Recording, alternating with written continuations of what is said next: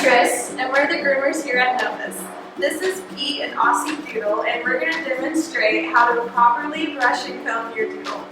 The products you need to properly brush your doodle are really simple and can be found anywhere, especially on Amazon. Right here is called a slicker brush. Notice the bristles are really close together and don't have a pin on the top. You want them to look and feel just like this. The closer the bristles are together, the easier it is to brush. Here is a fine tooth comb and a large tooth comb. Notice the difference here is fine and a little bit larger, fine and a little bit larger. You want to start with the thicker end and work down to the smaller end. And here is a mat breaker. It's really important to have one of these, especially if you are trying to work through a mat. Along with all these great tools, I like to use Cowboy Magic for a detangler. It's amazing. You just use like a small dime size amount and it helps work through those mats. Alright, so before starting, you always want to move your dog to a higher area. Doing that, you're going to kind of get them out of their element. It's easier to get them to your eye level. It's much more comfortable for you. So you always want to start brushing before you wash your dog. Dirty dogs are better to brush because if they have any matting, you don't want to get that wet. The mats will get tighter when you add water to them, so you definitely want to try to brush out as much of the matting as you can before the bath. You always want to start at the lower part. You want to start with their legs, and you only want to brush maybe 5 or 6 times in one spot. You don't want to give them any brush burn, especially with these bristle brushes. And you just want to start just like that, but you want to stay in one located area so you know that that gets done before you move on. And you just want to slowly work your way up the leg. Good boy, Pete.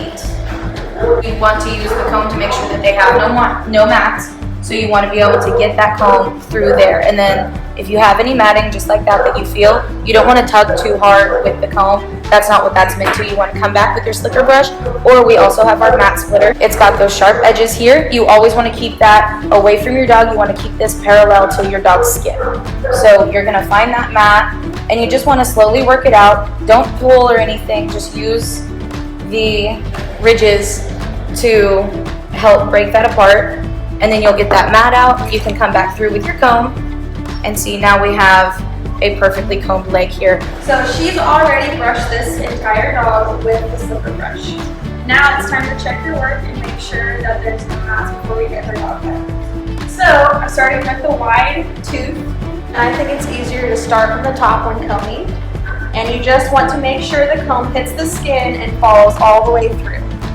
This ensures that you're getting the mats that are touching the skin. Make sure there's nothing that we need to get the mat breaker to, and then make sure it glides nicely all the way down to ensure that you've completely brushed your dog. And see how I'm still getting a little bit? This is what causes the mats, when all of this can build up. Now that we have Pete all clean and ready from bathing, what we'll do is we'll go back through his coat with the slicker brush, and we'll go back through him with the comb, and after that we'll have one clean pup that's ready for his haircut. This is a fairly long coat, so to maintain this while at home in between grooming, you need to be brushing and combing at least 5 to 10 minutes a day. If not 4 or 5 times a week, and definitely comb and brush before you get your dog wet or they go swimming. If you do have trouble brushing and combing at home or run into an area where it's really hard to get them dematted, bring them into us and we can help you. We recommend you groom your doodle every 4 to 6 weeks. I have Gandalf here. He comes from regular grooming, but brushing and combing at home didn't really happen this time around. So his body got brushed out well, but we missed the ears. So we had to take his ears short this time. And I just wanted to show you guys what a matted ear looks like. This is what was against the ear, and that's what you call a Pelton mat. So I had to take his ears short to the leather. But this is obviously before I finish his clip, so he'll still get a cute little lamb ear. But all of that matting was so tight to the skin, and the ears being so sensitive, the safest possible way to remove them is with a short blade. So we will make Mr. Gandalf nice and cute and hopefully his ears will come back nice and fluffy for his next grooming. All of the products that we used here today will be linked below. Make sure you like, share, and subscribe to our YouTube channel to stay up to date on our tips and tricks from Noah's Bend Biscuit.